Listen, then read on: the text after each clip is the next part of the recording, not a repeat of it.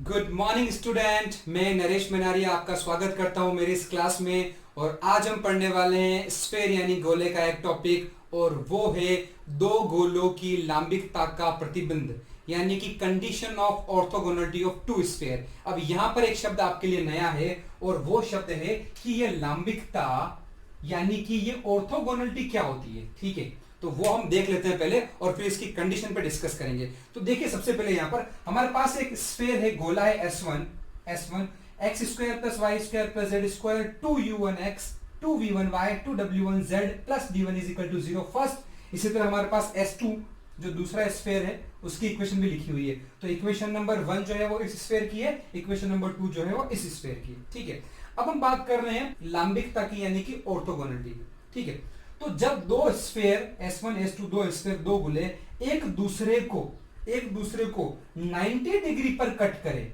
एक दूसरे को 90 डिग्री पर काटे, ये कौन कौन सा डिग्री का? 90 डिग्री का। तो ये दोनों स्फेयर कहलाएंगे लांबिक या ऑर्थोगोनल। एक बार आप फिर से सुन लीजिए, जब दो स्फेयर दो गोले एक दूसरे को 90 डिग्री पर काटे कट करे तो वो दोनों स्फेयर कहलाते हैं ऑर्थोगोनल या लांबिक। तो लांबिकता की या ऑर्थोगोनलिटी की परिभाषा तो आपको समझ में आ चुकी है। अब मैं आपको एक बात और यहां पे क्लियर कर दूं, दो गोलों के एक दूसरे को 90 डिग्री पर काटने से मतलब ये है कि उनके जो टेंजेंट हैं, इन दोनों के टेंजेंट उनके बीच बनने वाले कोण से है, एंगल से। टेंजेंट मतलब स्पर्श समतल। जैसे कि ध्यान से देखें, यहां पर ये जो P पॉइंट है ये इन दोनों का इंटरसेक्टिंग पॉइंट है, प्रतिच्छेद बिंदु है P। अब यहां पर एक टेंजेंट खींचा गया है इस जगह पर, ये वाला जो टेंजेंट है स्पर्श समतल है वो इस स्फेयर का है, और ये वाला जो टेंजेंट है ये जा रहा है C2 से, ये PC2, ये जो टेंजेंट है वो इस स्फेयर का है। तो इन दोनों स्फेयर के टेंजेंट जहां पर काटते हैं वही उसका एंगल ऑफ इंटरसेक्शन होता है, या दो गोलों के बीच बनने वाला एंगल है। और ये एंगल जब 90 डिग्री हो तो गोले क्या कहलाते हैं? लांबिक यानी कि ऑर्थोगोनल। तो परिभाषा डेफिनेशन तो आपको क्लियर हो गई। अब बात करते हैं इसकी कंडीशन पर, इसके प्रतिबंध पर। ठीक है, तो ये हमारा पहला स्फेयर है और ये हमारा दूसरा स्फेयर है। अगर हम बात करें यहां पर C1 की बात करें, नाउ हम बात करें C1 की, जो सेंटर है C1 किसका सेंटर है? इसका सेंटर। तो C1 क्या हो जाएगा? Minus U1 minus V1 minus W1। ये हमारा फॉर्मूला है C1 का। और यदि मैं इसको ले लूं कि ये मेरी रेडियस R1 है, ये C1P, तो ये C1P क्या हो जाएगा? फॉर्मूला लगा है C1P का, वो होता है formula U1 square plus V1 square plus W1 square minus D। ये फॉर्मूला किसका है? इस रेडियस का फॉर्मूला है C1P का। ठीक है, इसी तरह अगेन हम बात करें यहां पर इसकी C2 की बात करें तो C2 क्या हो जाएगा? C2 हो जाएगा हमारा ये, यानी कि इसका सेंटर क्या हो जाएगा? वो हो जाएगा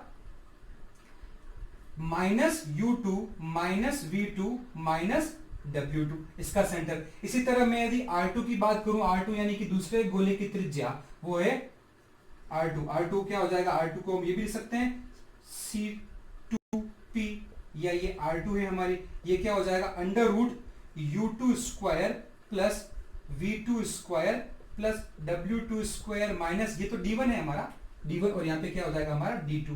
तो ये हो गया हमारी दोनों की रेडियस हो गई।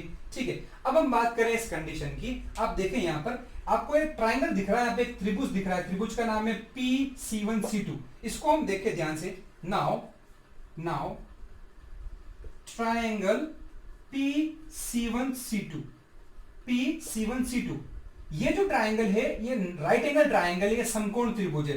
तो समकोण त्रिभुज में हम क्या कह सकते हैं? समकोण त्रिभुज में C1 C2 का स्क्वायर ये इज इक्वल टू क्या हो जाएगा?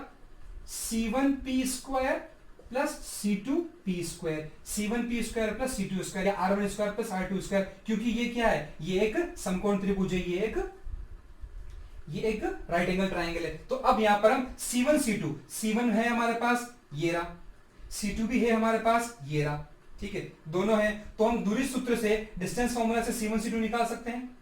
ठीक है, C1P हमारे पास है, ये C1P यानी कि ये R1 वो है ये, और C2P भी है हमारे पास, हमने निकाला है। तो ये वैल्यूज हम अगर पुट करेंगे यहां पर और उसको सोल्व करेंगे तो क्या आएगा? देखिए, वो आएगा 2U1 U2 2 V1 V2 plus 2 W1 W2 is equal to D1 plus D2। ये इजी है, आप इसको सोल्व करके देख लेंगे तो आपका 2 स्टेप में ये आंसर आ जाएगा, सिर्फ वैल्यू रखनी है। तो ये जो हमारे पास लास्ट में आंसर आया है, ये ही लांबिकता की शर्त है। इसी को बोलते हैं condition of orthogonality of two sphere. दो स्फीयर, दो गोले एक दूसरे को 90 डिग्री पर काटेंगे तो वो लांबिक या ऑर्थोगोनल कहलाएंगे। और मैथमेटिकली यदि ये LHS is equal to RH हो जाए, RHS हो जाए, तो हम बोलेंगे कि दोनों स्फीयर क्या है, ऑर्थोगोनल है या लांबिक है। ठीक है, आई होप आपको समझ में आ रहा है। ये कंडीशन देख सकते हैं और आपको ये डायरेक्ट फॉर्मूला ही याद रखना है। अब हम इस फॉर्मूले पे बेस पे कुछ क्वेश्चन कर लेते हैं, जिससे ये कंसेप्ट आपके दिमाग में और भी क्लियर हो जाए।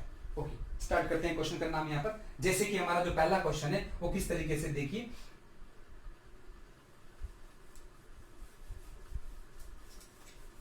फर्स्ट क्वेश्चन हमारे पास है। अच्छा, मैं यहाँ पे कोशिश करूंगा पूरी आपको बाइलिंगुअल पढ़ाऊं, जिससे क्या है कि हिंदी और इंग्लिश मीडियम को दोनों के बच्चों को कोई प्रॉब्लम नहीं आए। तो क्वेश्चन भी मैं इंग्लिश भाषा में लिखूंगा, इंग्लिश भाषा में। तो क्वेश्चन क्या है फर्स्ट हमारा आज का, देख लेते हैं। क्वेश्चन फर्स्ट हमारा है कुछ इस तरीके से। दो स्फीयर है हमारे पास, टू स्फीयर, दो गोले हैं हमारे पास, ठीक है, ऑफ रेडियस, दोनों की रेडियस क्या है, दोनों की त्रिज्याएं क्या है हमारे पास, R1 है और एक की क्या है, R2 है। दो हमारे पास स्फीयर है, एक की रेडियस R1 है जैसे कि ये, और दूसरी की क्या है, R2 है। ठीक है, तो ये क्या करते हैं, to sphere R1 R2 cut orthogonally, एक दूसरे को ऑर्थोगोनली कट करते हैं। ऑर्थोगोनली कट करते हैं। ऑर्थोगोनल मतलब लांबिक, एक दूसरे पे क्या है, ये लांबिक है। ठीक है, तो हमें क्या प्रूव करना है, प्रूव रेडियस यानी कि त्रिज्या ऑफ कॉमन सर्कल, उभयनिष्ठ वृत्त, common circle is R1 R2 upon under root R1 square plus R2 square. Common circle से मतलब है उभयनिष्ठ वृत्त। ठीक है, तो मेरे हिसाब से आपको क्वेश्चन समझ में आ चुका है। क्वेश्चन में ये प्रूव करना है कि R1 R2 upon under root R1 square plus R2 square ये त्रिज्या होती है। ठीक है, अब देखो क्वेश्चन में आपको फिर से बता दूं क्या है। दो स्फीयर है, पहला स्फीयर है, दूसरा स्फीयर, दो गोले हमारे पास। पहले की त्रिज्या R1 है, दूसरे की त्रिज्या R2 है, रेडियस। ये दोनों क्या करते हैं, लांबिक, एक दूसरे को 90 डिग्री पर काटते हैं। तो ये एंगल हमारा क्या हो जाएगा, ये एंगल हो जाएगा हमारा 90 डिग्री। ठीक है, तो आपको ये प्रूव करना है कि यहां पर देखो, जब ये एक दूसरे को कट करते हैं, पहला और दूसरा स्फीयर, तो यहां पर एक कॉमन सर्किल बनता है। ये एक उभयनिष्ठ वृत्त है। इसकी जो त्रिज्या है, माना कि ये इसकी त्रिज्या है PM, ये जो त्रिज्या है PM रेडियस है, ये प्रूव करनी है कि ये R1 R2 upon under root R1 square plus R2 square होती है। ठीक है, आपको क्वेश्चन समझ में आ चुका है। अब इसका सॉल्यूशन देख लेते हैं। यहां पर ये इस क्वेश्चन में सिर्फ हम ऑर्थोगोनलिटी की परिभाषा या डेफिनेशन को काम में लेंगे, ये कंसेप्ट हम अभी काम में नहीं लेंगे। ठीक है, इस क्वेश्चन को मैं आपको एक शॉर्ट ट्रिक से बता रहा हूं कैसे सॉल्व कर सकते हैं इसको, है ना। तो देखिए यहां पर इसको एक अलग तरीके से शॉर्ट ट्रिक से सॉल्व कर रहे हैं, है ना। हमें प्रूव करना है PM जो है, PM वो ये होता है। ठीक है, अब देखो क्या कर रहे हैं हम, देखिए यहां पे ध्यान से प्रूफ में।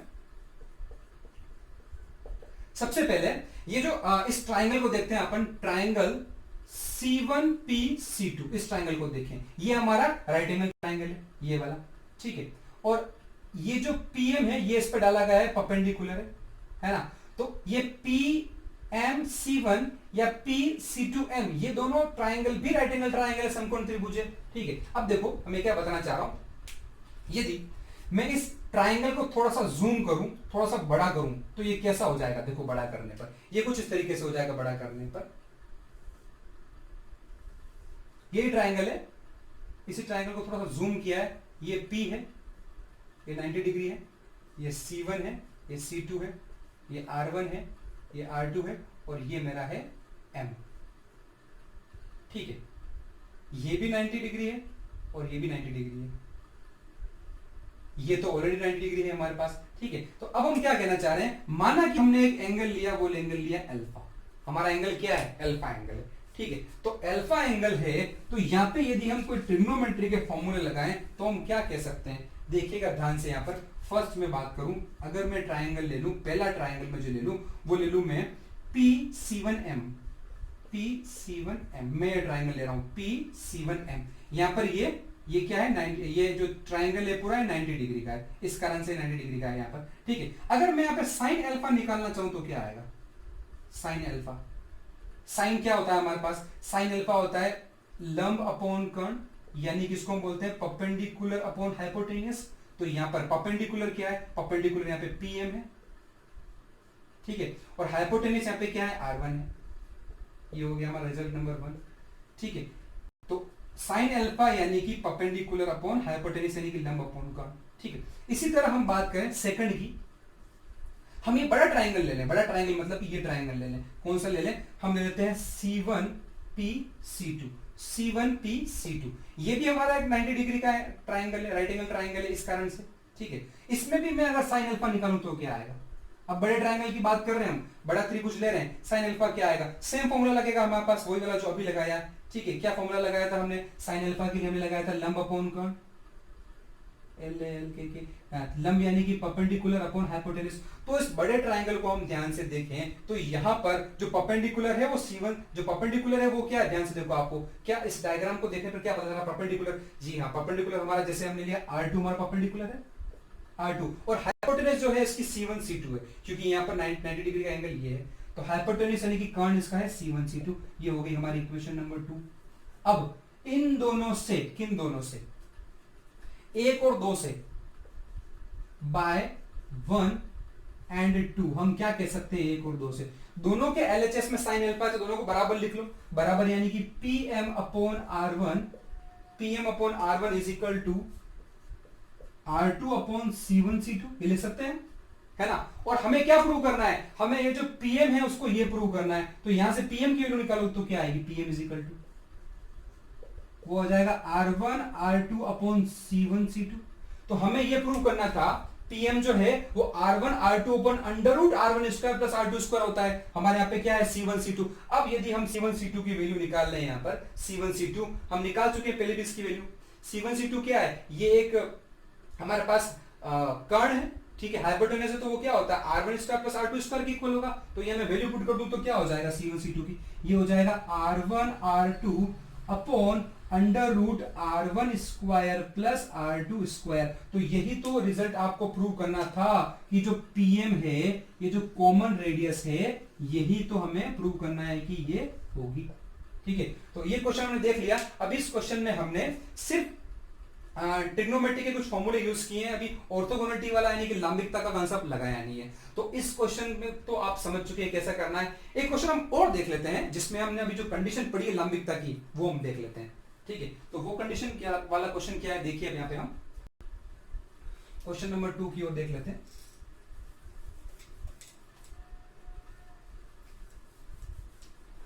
क्वेश्चन नंबर 2 को भी मैं एक इंग्लिश भाषा में लिख रहा हूं ताकि आप सब लोग समझ जाए वो क्वेश्चन क्या है। देखिएगा क्वेश्चन नंबर 2, ठीक है, एक हमारे पास स्फेयर है, एक स्फेयर है, ठीक है, माना कि वो S1 है, एक स्फेयर S1, ठीक है, एक स्फेयर S1 दो स्फेयर को, दो गोलों को, दो स्फेयर S1 व S2 को ऑर्थोगोनल कट करता है।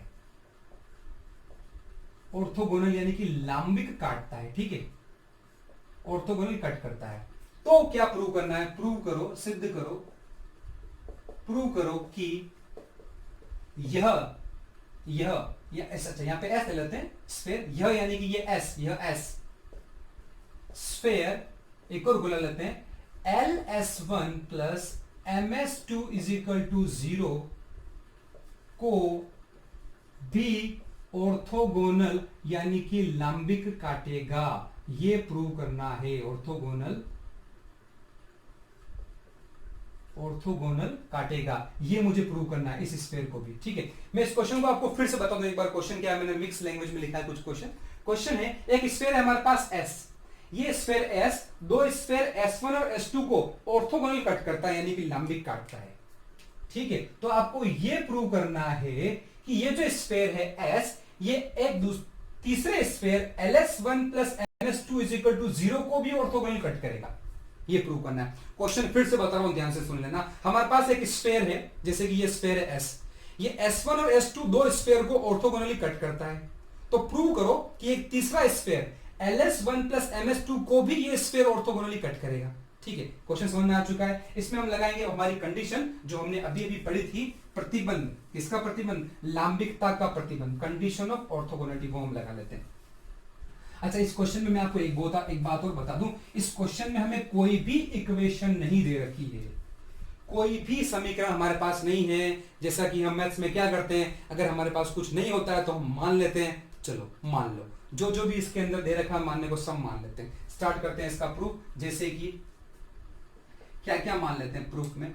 माना लेट पहला स्फीयर S है ना, वो क्या है S, वो है x square plus y square plus z square plus 2ux plus 2vy plus 2wz plus d is equal to 0। ये पहला स्फीयर। ठीक है, इसी तरह दूसरा स्फीयर मान लो S1, ये वाला स्फीयर S1 लगा रखा है तो हम ज्यादा चेंज नहीं कर रहे हैं, सिर्फ जो हमारे पास ये UVW है इसी को हम चेंज करके लिख देंगे 2u1, क्योंकि ये S1 है इसलिए u1।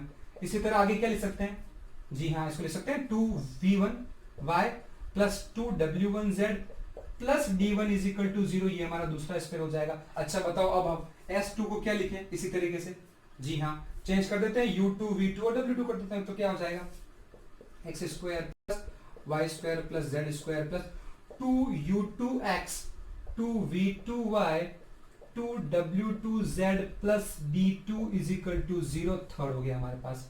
तो हमने एक स्फीयर माना, पहला S ये वाला, दूसरा S1 माना, वो माना ये, और तीसरा S2 माना। अब हमारे पास चौथा स्फीयर भी है, इसके अंदर 4 स्फीयर है, वो है ये LS1 प्लस MS2 भी है हमारे पास। ठीक है, तो उसको हम बाद में देखते हैं। पहले हम ये डिस्कस करते हैं, इस बात पे डिस्कस करते हैं, ऑर्थोगोनल लांबिकता, इस पे डिस्कस करते हैं। हमारा जो S है यानी कि 1, ये 2 को ऑर्थोगोनल कट करेगा S1 को, और हमारा जो पहला स्फीयर है S, ये S2 को भी, 3 को भी ऑर्थोगोनल कट करेगा। यानी कि मैं ये कहना चाह रहा हूं नाउ, मैं ये कहना चाह रहा हूं S ऑर्थोगोनल है किस पे? S1 पे। S ऑर्थोगोनल है लांबी के किस पे? S1 पे। तो ये कंडीशन हम लगाना चाह रहे हैं। ये फॉर्मूला हमने पढ़ा है, मैं फॉर्मूला आपको याद दिला दूं क्या था। दो स्फीयर जब ऑर्थोगोनल लांबिक होते हैं तो फॉर्मूला होता है 2u1u2 plus 2v1v2 plus 2w1w2 is equal to d1 plus d2। यहां पर अगर पहले स्फीयर की बात करें तो मेरे पास u1 v1 w1 की जगह है uvw और d, और मेरे पास u2 v2 w2 d2 की जगह है u1 v1 w1 d1। ठीक है, तो यहां पे फॉर्मूला यूज में करना चाह रहे हैं, ध्यान रखिए।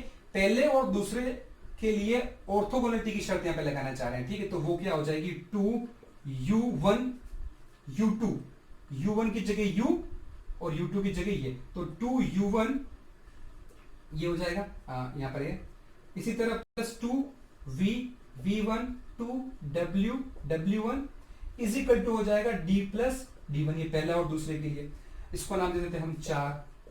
इसी तरह जब S जो है ऑर्थोगोनल कट करेगा ऑर्थोगोनल S2 को, क्योंकि हमें क्वेश्चन में दे रखा है, देखिए यहां पर S जो है वो S1 को करता है और S जो है S2 को भी करता है, इसीलिए S S2 को भी करेगा, ऑर्थोगोनल कट करेगा। तो क्या हो जाएगा इसका UVWD तो यही रहेगा, सेकंड वाले में आ जाएगा U2 V2 W2 D2, तो ये हो जाएगा 2U U2 2V V2 2W W2 is equal to D plus D2, equation number 5।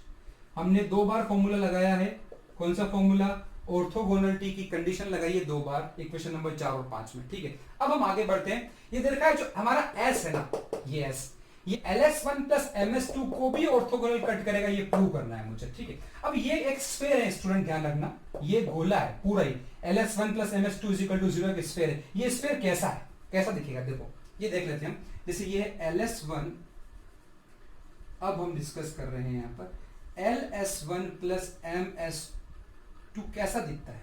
ठीक है, L S1 क्या है, S1 हमारे पास है ये x square plus y square plus z square plus 2u1x 2v1y 2w1z plus d1, ये है LS1। इसी तरह प्लस MS2, M क्या है हमारे पास, M S2 क्या है x2, ये रहा हमारा इक्वेशन नंबर 2 में, तो x square y square z square plus 2u2x 2v2y 2w2z plus d2 is equal to 0। ठीक है, तो ये हो गया हमारा LS1 प्लस MS2। इसको थोड़ा सा मैं सिंप्लीफाई कर लूं। सिंप्लीफाई कैसे? जैसे ये x square y square z square साथ में L आ रहा है और x square y square z में M आ रहा है, तो इन दोनों को साथ में कैसे लिख सकते हैं? देखिए यहां पर ये लिखा मैंने x square plus y square plus z square, और यहां पर ये कॉमन आ रहा है L और यहां कॉमन आ रहा है M। ठीक है, ये पूरी टर्म जो है ये बाहर आ गई, ये L बचा और ये M बचा। मैंने सिर्फ अभी तक इन तीनों को ही लिखा है सॉल्व करके। अब आगे और हम कॉमन लेते हैं, जैसे कि ये लिखा है L into 2u1x M into 2u2x। इन दोनों में कॉमन क्या अगर मिलना चाहे यहां से हमारे पास कॉमन आ जाएगा 2 आ रहा है, तो एक आ रहा है x। ठीक है, तो ब्रैकेट में बच जाएगा LU1 यहां से, और यहां से बचेगा MU2। ठीक है, अब मैं इसी तरह यहां से 2y और यहां से भी 2y कॉमन लूं तो बचेगा यहां से MV2 और यहां से बचेगा M। इसी तरह सेम चल जाएगा ये आगे, जैसे 2x 2y यहां पे L तो हो जाएगा L, यहां पे आ जाएगा V1 प्लस MV2। इसी तरह 2z हो जाएगा यहां पर, और यहां पे हो जाएगा L, हाँ जी क्या हो जाएगा यहां पर L W1 plus M W2। ठीक है, और भी कुछ है हमारे पास? हाँ, हमारे पास है एक तो LD1 और यहां पे है MD2, तो ये हो जाएगा प्लस का LD1 plus MD2 is equal to 0। ठीक है, अभी मैं सिर्फ LS1 प्लस MS2 की इक्वेशन लिख रहा हूं सिंप्लीफाई करके, और कुछ भी नहीं कर रहा हूं। अब यहां पर क्योंकि हमारी स्फीयर की जो इक्वेशन होती है उसमें x square plus y square plus z square का कोफिशिएंट यूनिटी होता है, तो ये इसको हटाना पड़ेगा यहां से। तो इस पूरे को कैसे हटा सकता हूं? मैं इस पूरे में L प्लस M का क्या करूं? डिवाइड कर देता हूं पूरे में। तो क्या लिख सकते हैं? देखो हम पूरे की इक्वेशन को यहां पर x square plus y square plus z square, इसको हटा रहा हूं, पूरे में डिवाइड कर रहा हूं, तो यहां पे डिवाइड करने से हट जाएगा, यहां पे आ जाएगा, तो ये क्या हो जाएगा हमारे पास? ये हो जाएगा 2x LU1 MU2 upon L plus M। ठीक है, इधर भी आ जाएगा इज इक्वल टू 2y के साथ में LV1 plus MV2 upon L plus M। इसी तरह यहां पे भी आ जाएगा थर्ड टर्म में यहाँ पे 2z LW1 plus MW2 upon L1 plus L plus M। ठीक है, और सबसे लास्ट में इधर भी आ जाएगा। अच्छा, इसको हम उधर भी ट्रांसफर कर सकते हैं, चाहे तो उधर ट्रांसफर कर बाद में कर लेते हैं इसको, तो क्या आ जाएगा? तो LD1 plus MD2 upon L plus M। ठीक है, यहां पर अभी हमने सिर्फ क्या किया है, ये जो लास्ट में इक्वेशन लिखी हुई है ये हमारे पास सिर्फ LS1 प्लस MS2 लिखी है और कुछ नहीं किया है। अब इस इक्वेशन को नाम देता हूं मैं इक्वेशन नंबर 6, है ना। तो अभी हमने क्या किया है, जब S फर्स्ट S1 को कट करता है तो थर्ड इक्वेशन आती है, फोर्थ इक्वेशन आती है। जब S S2 को कट करता है तो फिफ्थ इक्वेशन आती है। अब जब S LS1 plus MS orthogonally cut करेगा, यानी कि ये जो S इक्वेशन नंबर 1 में S और इक्वेशन नंबर 5 में हमारे पास 6 में हमारे पास LS1 प्लस MS2 इसको कट करेगा, तो क्या होगा? तो हम यहां पर तीसरी बार ऑर्थोगोनलिटी की शर्त लगा रहे हैं। देखिए यहां पर थर्ड बार लगा रहे हैं, देखिए क्या होता है थर्ड बार लगाने पर। इक्वेशन स्फीयर तो हमारे पास ठीक है, यहाँ पर स्फीयर पता है हमें क्या हो जाएगा स्फीयर। तो यहाँ पर हम एक लाइन लिख देते हैं, यहाँ पर ऑर्थोगोनलिटी की कंडीशन वाली क्या है, देखिए यहाँ पर स्फीयर जो फर्स्ट था मैं हटा चुका हूं यहाँ पर। अब S वो LS1 plus MS2 is equal to 0 orthogonally cut करेंगे, ऑर्थोगोनल। ठीक है, तो क्या होगा? लांबिक काटेंगे। तो यहां पर हम शर्त लगा देते हैं, यहां पर ये S हमारी इक्वेशन नंबर 1 में था और LS1 plus MS2 equation number 6 में था। तो ऑर्थोगोनलिटी की कंडीशन क्या होती है? 2U1 U2, तो U की जगह तो U है, और यहां पर हम चेक करें इस जगह पर x square plus y square plus z square plus 2UX होता है, तो यहां पर U ये है, ये पूरा U है। ठीक है, तो 2U और 2U1 U2 की जगह ये आ जाएगा, क्या आ जाएगा? देखो LU1 plus MU2 upon L plus M। ठीक है, इसी तरह 2V इसके फर्स्ट से आएगा 2V और 6 से आ जाएगा हमारे पास V क्या है यहाँ पर 6 है, ये है LV1 plus MV2 upon L plus M। Okay, इसी तरह प्लस 2w और w1 की जगह w और w2 की जगह ये आ जाएगा, तो हो जाएगा lw1 plus mw2 upon l plus m। Condition क्या होती है, 2u1 u2 2v1 v2 plus 2w1 w2 is equal to d1 plus d2। तो d हमारे पास क्या है, इज इक्वल टू में d हमारे पास d ही है और d2 की जगह हमारे पास ये है, तो ये हो जाएगा इज इक्वल टू में d प्लस d2 यानी कि d, और ये जाएगा ld1 plus md2 upon l plus m। ठीक है, मैं आपको बात और बता दूं स्टूडेंट, क्वेश्चन कुछ लंबा है तो फिर से बता दूं, हमें प्रूव करना था कि जो हमारी स्फीयर नंबर 1 थी, स्फीयर का स्फीयर, और ये जो है 6 नंबर पे स्फीयर यानी कि ls1 प्लस ms2, ये दोनों ऑर्थोगोनलिटी कट करेंगे, ये प्रूव करना है। तो इन दोनों की यानी कि 1 और 6 की ऑर्थोगोनलिटी की कंडीशन में बोर्ड पे लिख चुका हूं जो हमने पढ़ी अभी तक। अब यदि इसका LHS इसके RHS के इक्वल आ जाए तो हम बोल देंगे कि हमने सिद्ध कर दिया, हमने प्रूव कर दिया कि दोनों ऑर्थोगोनल कट करेंगे। तो क्यों ना हम इसको सॉल्व करके देखें, क्या हम LHS को RHS के इक्वल ला पा रहे हैं क्या, चेक करें। जैसे यहाँ पे l plus m l plus m l plus m l plus m, तो सब जगह से हटा देते हैं और यहाँ पे आ जाएगा l प्लस एम, तो ये क्या हो जाएगा यहाँ पे 2u। अच्छा एक काम और कर देते हैं, एक तो मैं l प्लस एम को हटा रहा हूं सब में से और यहां लगा रहा हूं क्योंकि यहां नहीं।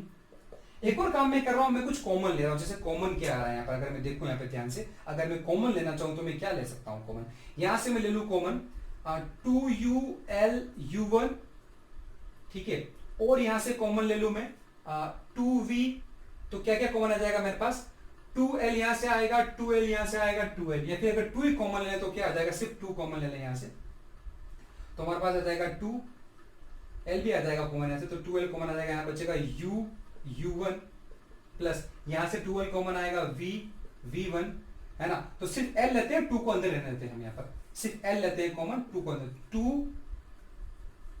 2l आ जाएगा कॉमन, अंदर बचेगा 2u1 प्लस यहां से भी l कॉमन आ जाएगा, बाहर तो बचेगा 2v1 प्लस 2w1 प्लस, और यहां से अगर कॉमन ले ले हम, यहां से m, यहां से m और यहां से m कॉमन ले, तो क्या आ जाएगा हमारे पास, m कॉमन लेने पर अंदर बचेगा 2, यहां बचेगा 2u2 plus 2v2 plus 2w2 plus, ठीक है, ये इक्वेशन अलग है हमारे पास एक, प्लस इधर और क्या कॉमन आ रहा है हमारे पास, कॉमन आ रहा है यहाँ पर यहां से इधर RHS में क्या बच रहा है, तो कॉमन आगे टर्म RHS में हमारे पास अगर एलसीएम ले दें, क्योंकि l प्लस एम तो हट चुका था, तो यहाँ आ जाएगा d के साथ आ जाएगा l plus m plus ld1 plus md2 बचेगा हमारे पास। ये मैं RHS की बात कर रहा हूँ यहाँ पर, ठीक है।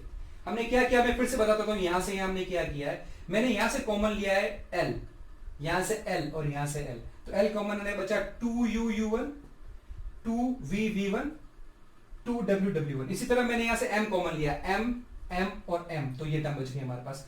RHS में क्योंकि हमने l प्लस m सब में से हटाया था, तो यहाँ पे d के साथ लग जाएगा और इधर जाएगी। अब देखिए यहाँ पर मैं यहाँ पर इस जगह पे मैं इक्वेशन नंबर 4 का रिजल्ट यूज करना चाह रहा हूँ, क्या मैं कर सकता हूँ क्या, ये वाली जो है, और ये वाली मैं 5 यूज करना चाह रहा हूँ, 4 और 5, क्या कर सकते हैं हम यहाँ पर, देखिए ध्यान से।